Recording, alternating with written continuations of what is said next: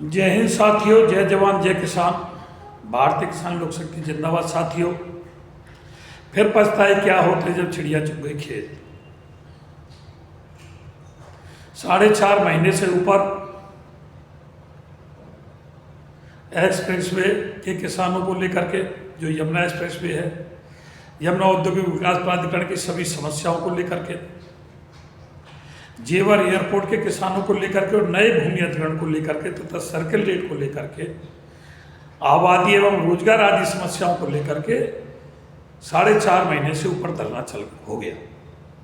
4.5 महीने पार कर गया गाँव रोनीजा पर, भारतीय किसान लोक शक्ति के बैनर के तले।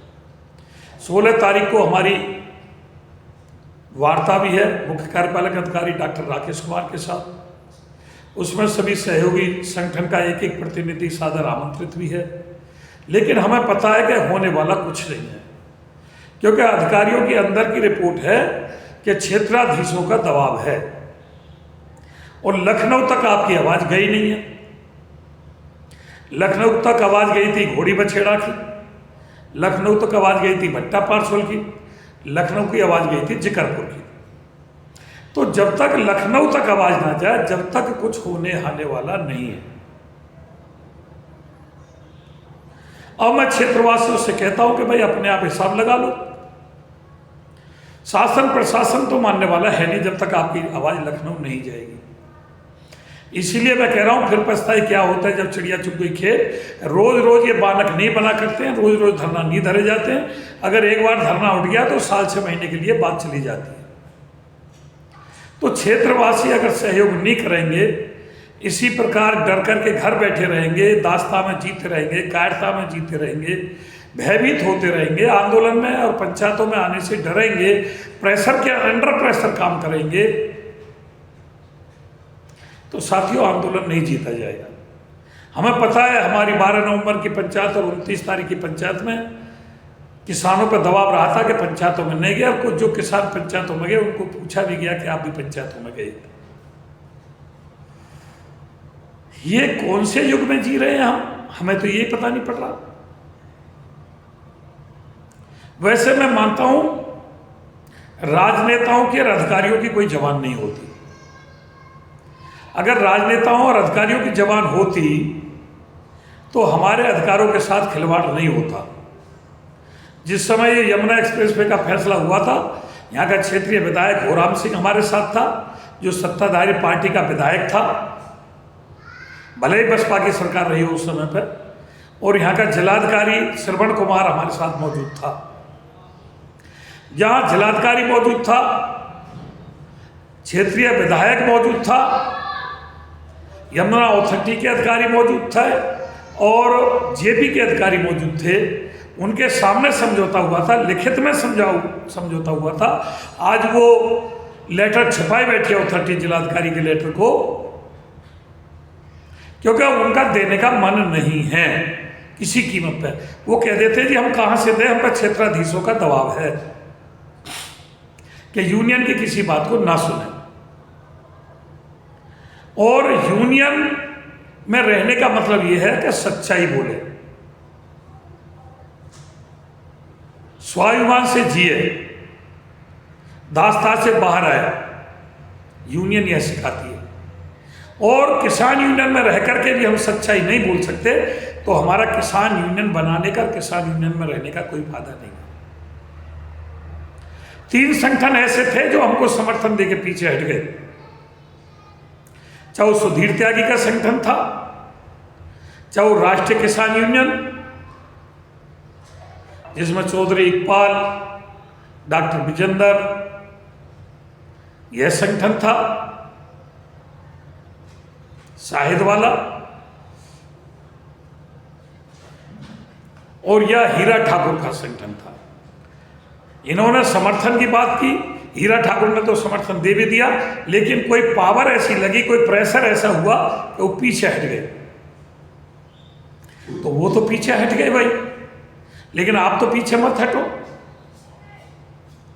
जितने भी सहयोगी संगठन हैं, जितने भी क्षेत्रवासी हैं, जिनकी भी यमुना एक्सप्रेसवे में जमीन गई है, जो एयरपोर्ट के किसान हैं, जो यमुना औद्योगिक विकास प्राधिकरण के आबादी या जिन्होंने मुआवजा नहीं उठाया आज तक, वह किसान है, वह तो साथ आ जाए, और नहीं आते तो भैया अकेले चना कोई भार नहीं फूटेगा।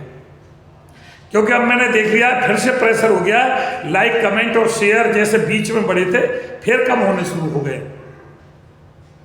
तो कम से कम हौसला अफजाई तो करते रहो, जो होगा देखा जाएगा। हम तो बोलेंगे भले प्राण चले जाए, हम तो जान जोखिम में डाल करके ये आंदोलन कर रहे हैं। खून से पत्र लिखने का तात्पर्य यही है कि हम अपने खून देने से भी पीछे नहीं हटेंगे। खून से पत्र लिखने का तात्पर्य यही होता है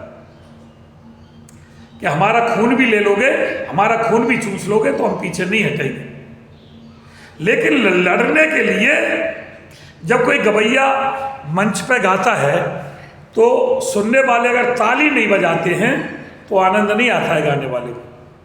तो अगर आप हमारी हौसला अफजाई भी नहीं करोगे, जिनकी हम लड़ाई लड़ रहे हैं, तो लड़ाई लड़ना व्यर्थ है और फिर पछताओगे। एक 100 गज का प्लॉट आज के रेट को देखा जाए तो 60 लाख का है।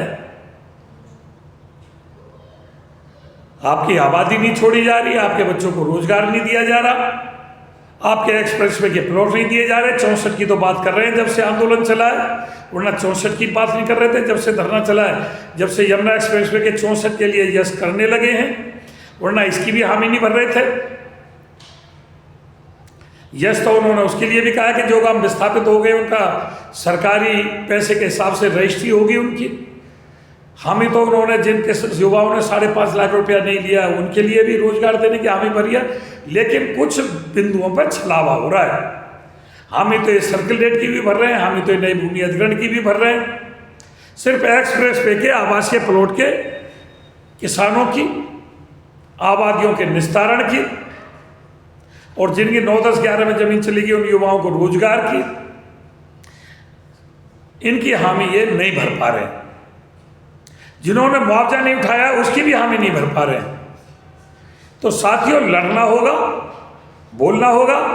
लड़ नहीं सकते हो तो बोलो, बोल नहीं सकते हो तो लिखो, और लिख भी नहीं सकते हो, बोल भी नहीं सकते हो, लड़ भी नहीं सकते हो तो टांग खींचने का काम मत करो। कम से कम ये क्षेत्रवासियों से हाथ जोड़ करके विनती है कि जिनकी हम लड़ाई लड़ रहे हैं वो दुष्प्रचार ना फैलाएं, वो टांग खींचा खांची ना करें।